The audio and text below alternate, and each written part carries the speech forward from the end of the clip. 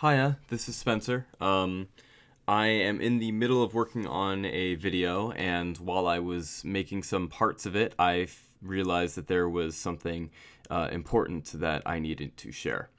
If you've seen any of my other videos, you know that I have a certain proclivity to include Twitter posts, text messages, and screenshots of online media to illustrate or prove the assertions that I make. It's a stylistic choice. I talk to a pretty large amount of people with a large amount of opinions, and I think it's a good way of showing a consensus on things in a way that also leaves some humor for anyone who decides to pause the video and have a bit of a read. However, I run into a lot of issues with this. All right, for starters, I am always flipping back and forth on whether or not I'm okay with sharing conversations with permission. In my opinion, if I'm half of that discussion, I have a certain right to say, hey, I want to share this, and I think the other person does as well. But still, a lot of times I make these videos within a time limit, and I can't just postpone a video if I don't have consent from somebody to use their conversation. So, like in some of them, you can see that I censor faces or identifying information just out of the interest of protecting my friends. I'm going to sidetrack a little bit here and do a bit of an anecdote.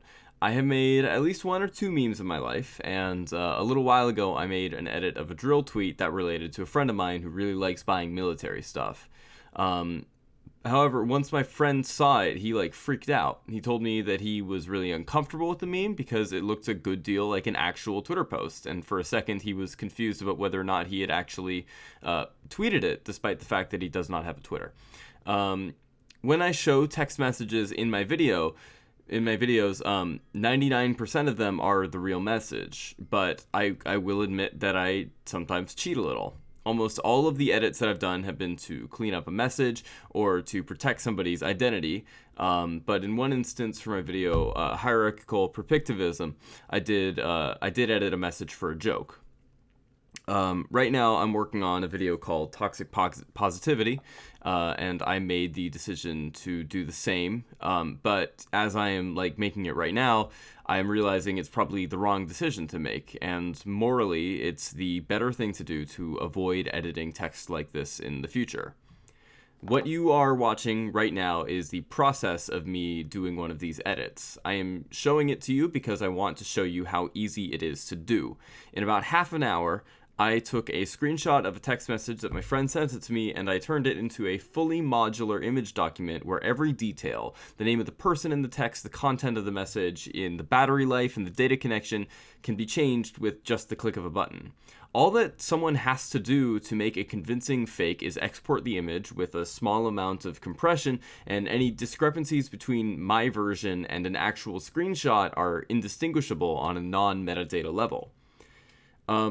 Nowadays, it's difficult to know who and what to trust, and I feel like I have made a very grave misstep when it comes to creating and editing my content by taking advantage of the trust that you have in me.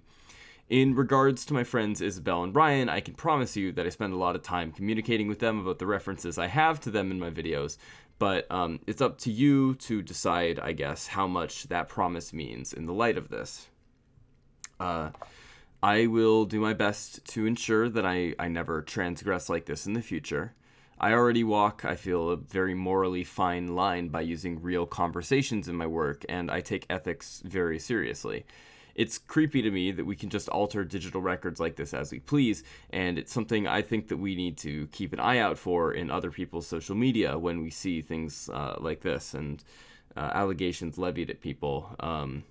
Not that I'm defending anybody who has had allegations levied towards them, but it's so easy to fake text messages now, and it's bizarre to me and kind of horrifying. And when I'm doing this, it's a little scary, and I take a moral issue with doing it. So from now on, I can promise that the only editing that I'm going to be doing, insofar as editing or altering text messages, will be to protect personal information and to alter content that isn't family friendly.